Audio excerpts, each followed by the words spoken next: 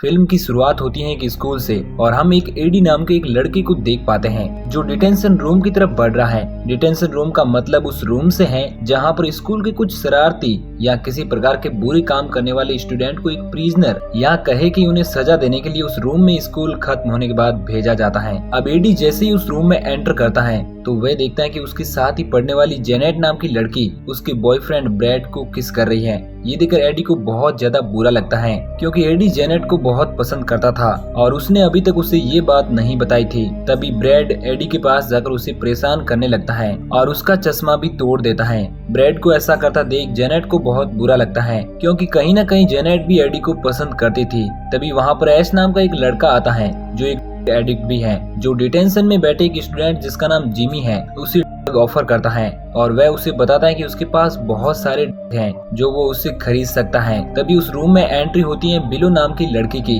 जो सीधा जाकर एडी के पास बैठ जाती है क्योंकि उसे यकीन नहीं होता है कि एडी डिटेंशन रूम में क्या कर रहा है, क्योंकि एडी तो बहुत सीधा साधा लड़का था, आखिर वो कैसे डिटेंशन रूम में पहुंच सकता है। तभी वहाँ पर उनकी टीचर भी आ जाती है तो एडी उनके पास जाकर बताता है कि वो किसी को ना बताए कि उसके यहाँ पर आने का कारण क्या है। इसके बाद हम ऐश को देख पाते हैं जो पीछे बैठे एक स्टूडेंट के पास जाकर बैठ जाता है और उसे भी ऑफर करने लगता है। लेकिन तभी वो देखता है कि उस लड़के के हाथों में चोट लगी है और ये चोट स्कूल के ही एक स्टूडेंट ने उसे दी है और वो चोट इतनी भयानक थी कि वह एक दिल की तरह धड़क रही थी। ऐश उसकी हालत के बारे में अपनी टीचर को बताता है। इससे पहले कि वह लोग उसकी मदद कर पाते वह लड़का ज़ॉम्बी में कन्वर्ट हो जाता है और उसकी शक्ल बहुत भयानक दिख रही होती है। ये सब देखकर वहाँ मौजूद सारे स्टूडेंट और टीचर घबरा जाती हैं। टीचर उसके पास जाकर उसकी मदद करने की कोशिश करती हैं, लेकिन वो लड़का टीचर को ही काट लेता है और उसे भी इन्फेक्ट कर देता है। इसी झड़प के दौरान जिमी उस लड़के को धक्का मार देता है जिससे वो नीचे गिर जाता है और बेहोश हो जाता है और अब वो उनकी टीचर को लेकर उस रूम से बाहर आ जाते हैं, जहाँ पर वो देखते हैं कि स्कूल में चारों तरफ बहुत सारे ज़ॉम्बी फैल चुके हैं और वह ज़ॉम्बीज कोई और नहीं बल्कि स्कूल के स्टूडेंट और टीचर हैं जो एक दूसरे को बहुत ही बेरहमी खा रहे होते हैं। उन लोगों को कुछ भी समझ नहीं आता। तभी वो लोग देखते हैं कि उनकी तरफ बहुत सारे ज़ॉम्बी आगे बढ़ रहे हैं। इस कारण वो एक बार फिर से डिटेंशन रूम में वापस चले जाते हैं क्योंकि उन्हें लगता है कि इस रूम में वो सेफ रहेंगे। लेकिन बेहोश हुआ लड़का एक बार फिर से उठ जाता है और उनकी तरफ आगे बढ़ने लगता है। उससे डरकर वो लोग वहाँ से भागने लगते हैं और वे भागते हुए प्रिंसिपल रूम में जाते हैं, जहाँ पर एडी देखता है कि प्रिंसिपल को भी एक ज़ॉम्बी बहुत ही बेरहमी से खा रहा है और वह ये सारी बातें सभी को बता देता है। इसके बाद उन लोगों को लगता है कि उन्हें किसी सेफ जगह पर छिपना होगा तो एडी सब लोगों को बताता है इस स्कूल में सबसे ज्यादा सेफ जगह लाइब्रेरी है जहाँ पर शायद ही ज़ॉम्बी आए। अब सभी लोग एडी की बात को मानकर लाइब्रेरी की तरफ बढ़ने लगते हैं और एडी भी अब बड़ी चालाकी से उन ज़ॉम्बीज को डिस्ट्रैक्ट करने की कोशिश करता है और उसका साथ देती है विलो और सारे लोग अब लाइब्रेरी में पहुंच जाते हैं, जहां वो उस रूम को अच्छे से ब्लॉक कर देते हैं जिससे कि वहां पर ज़ॉम्बी ना आ पाए। इसके बाद हम विलो को देख पाते हैं जो टीचर के बहरे खून को रोकने की कोशिश कर रही है, लेकिन उनकी गर्दन से बहुत सारा खून निकल रहा था जिस कारण कुछ छींटे जेनेट के ऊपर जाकर गिरते हैं जिससे वो डर जाती है। लेकिन विलो उसे समझाती है कि वह कोई छोटी बच्ची नहीं है और उसे मदद के लिए बुलाती है। तो जेनेट कपड़े की मदद से टीचर का खून रोकने की कोशिश करने लगती है, लेकिन इस दौरान टीचर अब पूरी तरह से ज़ॉम्बी बनने लगी थी और वो जेनेट पर अटैक करने ही वाली होती है। लेकिन तभी ब्रैड वहां आकर जेनेट को बचाता है और वहां मौजूद सारे लोग टीचर को कंट्रोल करने की कोशिश करने लगते हैं। लेकिन तभी एडी बताता है कि उन्हें उनकी टीचर को मार देना चाहिए क्योंकि एडी को मालूम था कि ज़ॉम्बी को ऐसे ही खत्म किया जाता है। अब सारे लोग उसकी बात को मान भी लेते हैं और वो लोग एक बड़ी सी हथियार से उनकी टीचर का सर देते हैं। लेकिन जैसे ही वो सर को काटते हैं ये लोग देखते हैं कि वह टीचर का सर अभी तक जिंदा है और उन लोगों को समझ नहीं आता है कि ऐसा कैसे हो सकता है। तभी ब्रैड सभी को बताता है कि ये लोग लाइब्रेरी में एक ऐसी बुक ढूंढे जिससे उन्हें पता चल सके कि ज़ॉम्बीज को आखिर कैसे खत्म किया जाता है। उसकी बात मानकर सारे लोग अलग अलग होकर लाइब्रेरी में बुक ढूंढने लगते हैं। थोड़ी ही देर बाद हम देखते हैं कि जिमी पर उस लाइब्रेरी में मौजूद एक ज़ॉम्बी अटैक कर देता है और उसे घायल कर देता है, लेकिन ब्रैड उस ज़ॉम्बी को खत्म कर देता है। इसके बाद ब्रैड जिमी के उस घाव को ब्लेड की मदद से काटने की कोशिश करता है क्योंकि उसे लगता है कि शायद वह ऐसा करके जिमी को ज़ॉम्बी बनने से रोक पाएगा, लेकिन ऐसा नहीं था। इसके बाद वहाँ पर मौजूद सारे स्टूडेंट का मानना है कि उन्हें जिमी को उस रूम उसे बाहर करना होगा, नहीं तो वो उनके लिए खतरा बन जाएगा। लेकिन ब्रैड ऐसा नहीं करना चाहता क्योंकि जिमी उसका बेस्ट फ्रेंड है और वह उसे ऐसे हालात में नहीं छोड़ सकता। उन लोगों की ये सारी बातें जिमी भी सुन रहा होता है जो खिड़की पर बैठा था, और इसी दौरान वह खिड़की से कूद जाता है क्योंकि उसे लगता है कि वह भी अब ज़ॉम्बी बन जाएगा। यही कारण था कि वह उस खिड़की से कूद जाता है, जिसके बाद स्कूल में मौजूद सारे ज़ॉम्बी उस पर टूट पड़ते हैं और उसे वहीं पर खत्म कर देते हैं।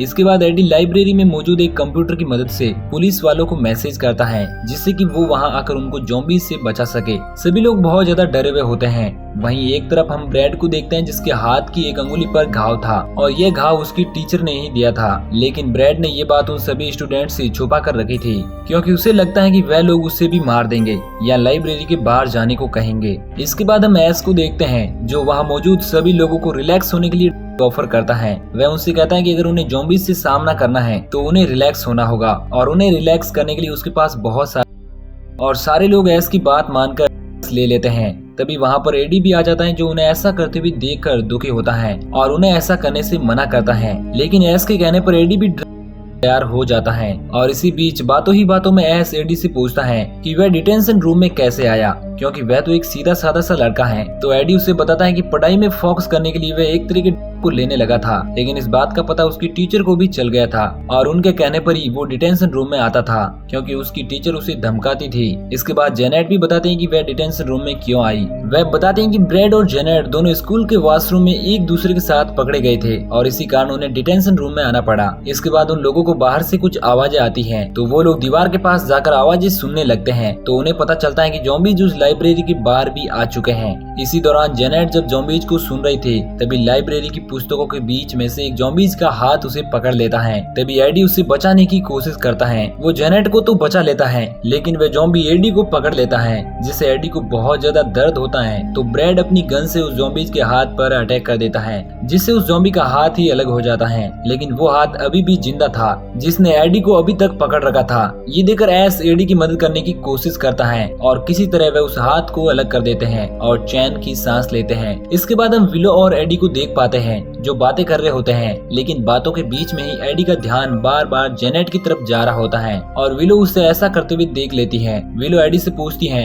कि वो आखिर जेनेट को इतना पसंद क्यों करता है। वह बताते हैं कि जेनेट तो तुम्हें बिल्कुल भी पसंद नहीं करती और तुम तो उसे इतना पसंद कैसे करते हो जो तुमसे कभी ढंग से बातें भी नहीं करती। लेकिन एडी उसे बताता है कि वो जेनेट को इसलिए पसंद करता है क्योंकि उसे लगता है कि शायद जेनेट भी उसे पसंद करती है। विलो उसे बताती है कि उसे ऐसी लड़की के बारे में नहीं सोचना चाहिए जो उसके बारे में बिल्कुल ना सोचे, और तभी विलो उसे बताती है कि वो एडी को बहुत ज्यादा पसंद करती है। एडी ये बात सुनकर बहुत ज्यादा खुश होता है और उसे लगता है कि स्कूल में कोई तो है जो उसे पसंद करता है। इसके बाद हम एस को देख पाते हैं जिसे वॉशरूम जाने की जरूरत होती है, तो वो सभी लोगों से कहता है कि उन्हें बाहर चलना चाहिए, लेकिन तभी ब्रैंड उससे कहता है कि वो वेंट के रास्ते ही वॉशरूम जाए क्योंकि बाहर बहुत सारे ज़ॉम्बी खड़े हैं, और ब्रैड भी उसके साथ जाने के लिए राजी हो जाता है और विलो भी उसके साथ जाती है। लेकिन जेनेट उनके साथ नहीं जाना चाहती थी और वो एडी को वहाँ रुकने के लिए कहती है और एडी भी उसकी बात को मान लेता है और उसी के साथ वहाँ पर रुक जाता है। ये सब देखकर विलो को बहुत ज्यादा बुरा लगता है क्योंकि एडी अभी भी जेनेट को ही पसंद कर रहा था। इसके बाद हम उन तीनों को देख पाते हैं जो वेंट के रास्ते आगे बढ़ रहे होते हैं, जहाँ वेंट में उन्हें एक चूहा नजर आता है जो कि अब ज़ॉम्बी बन चुका था। उसे देखकर वो सभी वहाँ से आगे बढ़ते हैं और वेंट से नीचे कूद जाते हैं, और तभी एस उन्हें बताता है कि उसके पास रखे हुए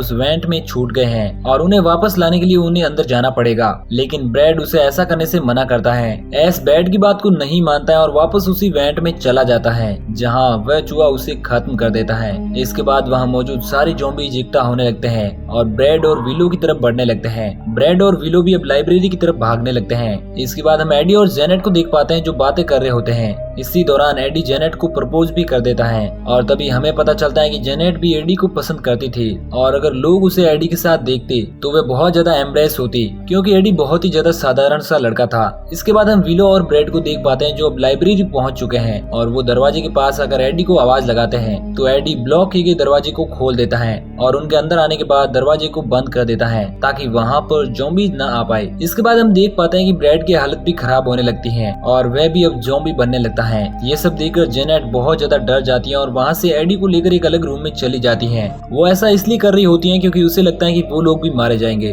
तो क्यों ना वो अपनी आखिरी डिजायर भी पूरी कर ले। तभी वहाँ पर विलो आ जाती है जो उन्हें बताते हैं कि ब्रैड की हालत बहुत ज्यादा खराब है और उन्हें उसकी मदद करनी चाहिए। लेकिन जब वे लोग उसके पास पहुँचते हैं तो वो देखते हैं कि ब्रैड पूरी तरह से ज़ॉम्बी बन चुका है और वह उन पर अटैक करने की कोशिश करता है। और वो लोग देखते हैं कि लाइब्रेरी के अंदर बहुत सारे ज़ॉम्बीज इकट्ठा हो चुके हैं जो सभी दरवाजा तोड़कर अंदर आने की कोशिश कर रहे हैं। तो विलो और एडी दरवाजे को ब्लॉक करने की कोशिश करते हैं, लेकिन ब्रैड जेनेट पर अटैक करने आगे बढ़ता है। तो एडी और विलो उसे हौसला देते हैं और उससे कहते हैं कि वे ब्रैड का सामना कर सकती हैं और उन्हीं के विश्वास की बदौलत जेनेट ब्रैड पर अटैक कर देती है और उसे खिड़की से बाहर फेंक देती है। इसके बाद उन लोगों को लगता है कि वो ज्यादा देर तक लाइब्रेरी में जिंदा नहीं रह पाएंगे। तो एडी एक प्लान बनाता है जिसमें वो उनके टीचर का कटा हुआ सर जो अभी तक जिंदा था उसको यूज करके एक ढांचा तैयार करते हैं जिस पर बैठकर वो लोग उन ज़ॉम्बीज के बीच से बचते हुए और उन्हें खत्म करते हुए आगे बढ़ने लगते हैं। लेकिन तभी उन पर जिमी अटैक कर देता है जो पूरी तरह से एक खूंखार ज़ॉम्बी बन चुका था। लेकिन जेनेट और विलो किसी तरह बचते हुए छत के ऊपर चढ़ने लगते हैं, लेकिन इस दौरान एक ज़ॉम्बी जेनेट को भी काट लेता है और वहीं दूसरी तरफ एडी अपनी जान बचाकर उन दोनों के पास पहुंचता है, जहां पर एडी देखता है कि जेनेट को भी ज़ॉम्बी ने इन्फेक्ट कर दिया है।